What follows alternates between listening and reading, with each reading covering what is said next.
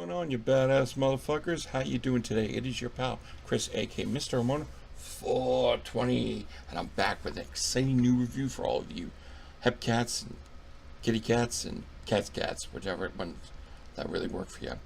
Today I'm going to be talking to you about a film that comes from a director I actually spoke about a few weeks ago. He goes by the name of Alex Bakshaev. I'm not quite sure if that's the way he pronounces it. He's a German director. I talked about his film, The Devil of Kruesberg. It was his first film.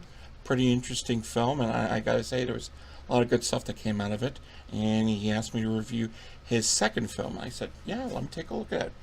He actually informed me that this film would probably be a little bit more up my alley because he knows I'm more into blood and guts and not suspense, which I enjoy suspense. Suspense can be good. Suspense could work on occasion, but sometimes it can't. But enough about that. Let's talk about this film. The film is entitled S&M, The Sadiques. It was made back in 2016, and let's just say it's an interesting film.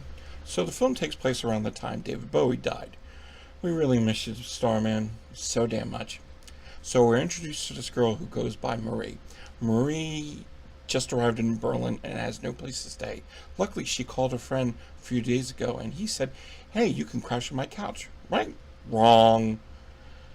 She shows up, and he says, oh no, I got a fuckboy inside, and I really like this fuckboy. And fuckboy is an artist, and fuckboy doesn't want to be feared because I'm a fucking asshole. And he tells her, no, you can't stay here. Hey, why don't you go around Berlin?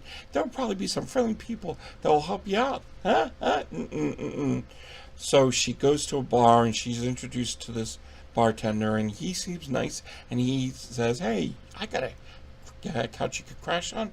No big deal. Hey, it's great. Oh, it comes all right till he becomes Rapey McReaperson, and it's like, hey, you got a nice hand, and hey, let me kind of color you, and hey, you ever heard of Bill Cosby? Because I'm not him. And she gets out of that situation really quick. Then she goes over to her uncle's house, and you figure, hey, why didn't she go to his place first? Because he's a fucking asshole too. He asks all these questions like, why are you here? What's going on? Isn't your dad treating you like? It's like, no, he's an alcoholic, and he is like a complete fucking asshole. It's like, you know what? You think you're independent? Why don't you go out and find the world? I'm like, well, fuck you, asshole. Fuck yourself. Fuck the shoes that you walked on. So that becomes a bad situation. And Marie doesn't have an idea what she wants to do. She's sitting on a pair of stairs, and she's tired and exhausted. Along comes this woman named Sandra. Sandra looks like a nice person, and she wakes up Marie and it's like, hey, why don't you hang out with me, we should have a good time. And you just assume, oh, it's going to be cool. And you realize, oh no, Sandra is a lesbian. And she says, oh, okay, we're going to have a fun time. It's like, oh, I won't treat you bad. And it becomes weird because you find out Sandra is big into S&M. I mean, S&M and a lot of dildos and pictures of guys' junk. Like, that was fun to see. So you see all this, and she gets Marie to kind of come out of her shell, and she becomes a little kinky, and everything goes freaky, and hoity-toity, and all that good shit. And they come to a kind of a relationship where they want to build and grow. Oh, I'm just kidding you. They want to find a fuck boy because they're tired of men in the world, and they bring a fuck boy back to her house. Marie chains up the fuckboy while Sandra photographs him, and everything seems to be going well. You know, there's all this sexy stuff till it becomes choky, and he passes out. Then he runs out of the apartment, and he dies, and it becomes a weird situation because Sandra says, oh, well, let's get an alibi and let's get out of this place. Yeah, and it gets weird. They're having an interesting situation, and then they go to this really sleazy bar where there's a couple of old dirty bastards in the back, and there's a girl that's performing on guest stage, And I think the music that's going in the background, all of it is a weird bass solo to it. It's just, oh, there's drums also. And then there's another girl that comes up. It's like, oh, we're gonna have a fun time, and yay, everything good, oh, lovey-dovey, and all this good shit. And the one girl, Sandra, decides she wants to kill another person.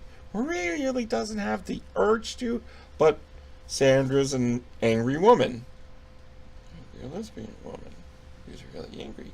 Not that there's anything wrong with an angry lesbian woman, but she's like, I'm really angry, like fucking shit. I want to kill some people. I want to kill guys. Let's kill guys. It's going to be fun. Let's kill guys. So she makes Marie go out and try to find a guy. And she goes to this bar, and it's filled, and they have a singer who sings, well...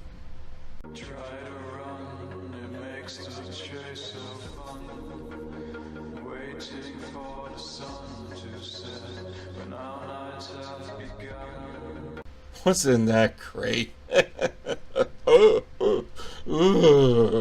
So as soon as Corrado's done his set, he goes outside for a smoke, and he sees Marie, and they have a conversation, and it seems really nice, and they start walking back to her place, and then she realizes, hey, this guy seems to be okay. You know, I don't want to kill him tonight. So she says, probably go back to your place. And they do, and it's a fun night, and they have a real good, passionate time, and this doesn't bode well with Sandra, because as soon as Marie comes home, there's the angry woman who's like, where's the person? She refers to men, for the most part, as toys. Where's my toy? Because it's like, hey, your toy's anatomically correct. Hey, I took your toy again. Oh, Sandra. It becomes... Throughout the film, it's a hard situation because Marie doesn't know whether or not she wants to stay with Sandra or she wants to stay with Corrado. There does become a point where, you know, she decides, she wants to stay with Corrado. And when this occurs, Corrado's like, you know what, I'm not feeling you. Bye. He becomes another asshole in Marie's life. But this whole situation kind of continues, and you have to you have to watch the rest of the film to determine whether or not Marie's going to stay with Sandra or she's going to stay with Corrado. I will tell you this. The ending's fucking depressing. It's like, what the fuck? I watched it and at the end I'm like, oh, come on. No, why? Now we're at the point at like, get to inform you of what I thought of this interesting ride. Oh, hey guys. So, I have to say, I enjoyed this more than I enjoyed The Devil of Kruesberg. There was a few editing situations that I had a problem with, especially the scene where the girls are in that strange club and they're having a nice time, but then they show flashbacks of when they took the body to the bridge and threw it over to the river. That should have been, like, done beforehand, because it just made it seem like the ending was, oh, let's have an alibi for the situation, and they just leave, and it doesn't make sense. It's like, okay. It just seemed all over the place. The music could have improved. Some of it really worked. Others were a little off. That bass solo thing was unique. That's okay. There could have been more of a exposition regarding the, Marie and Sandra's character, where they decide, they're going to kill somebody. Instead, no, they just go out one night and it's like, oh, let's take this guy back, and this is what happened. But it seemed like it didn't gel, which is kind of hard to say. But it's still an improvement over The Devil of Kruesberg. So I would have to say, if you're into underground stuff, this is better than a lot of stuff out there. There's some really horrible shit. So if you would want to have this for your collection, go for it. This would be a good addition to your group. It's not truly bloody, but it's interesting. So you can learn how one person gets shit on by everyone. Jeez. Just, what a fucking shame, my God. Alright, everybody, I appreciate the time that you took out of your busy schedule to check out my video. I want to thank everyone that came across my channel, and I want to give a big shout out to a couple of viewers that came back to YouTube this week. One is truly fucking sick and demented, and whenever he needs to watch a sick and fucked up film, he needs his bucket, his happy little puke bucket. Tanner, aka Unbox Watch Review. Check out his channel. If you not subscribed to him, see for yourself to see how demented his stuff are. And when you do subscribe to him, send a little message. Say, hey, Mr. Ramone says hi. You know, he wants the best. See how you doing. Also, oh God, the goddess, the gore goddess, Sarah, aka Gatfangirl, is back on YouTube. Oh, my heart skipped a beat when she came back. It's like, yay, good to see her again. Of course, I will give you a link to both of their channels on the description.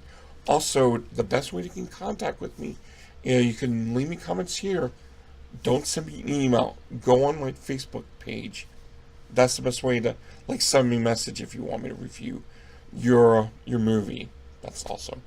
Of course, now comes time when if you're interested in purchasing a copy from Alex, the best way to do it is you're going to go through Twitter, send him a direct message. It's the best way to, talk to him about that. He'll be able to contact you because there really isn't a site for him to do this, but you send him a direct message, he'll be able to help out and get you your movie as quickly as possible. I want to thank Alex for another amazing movie that he sent my way, and to everyone that's checked out this channel, y'all. Fucking amazing. Tune in next week where I'll be discussing another demented little whatever film. Till next time, rate, comment, subscribe, and don't drink the Kool-Aid. See ya.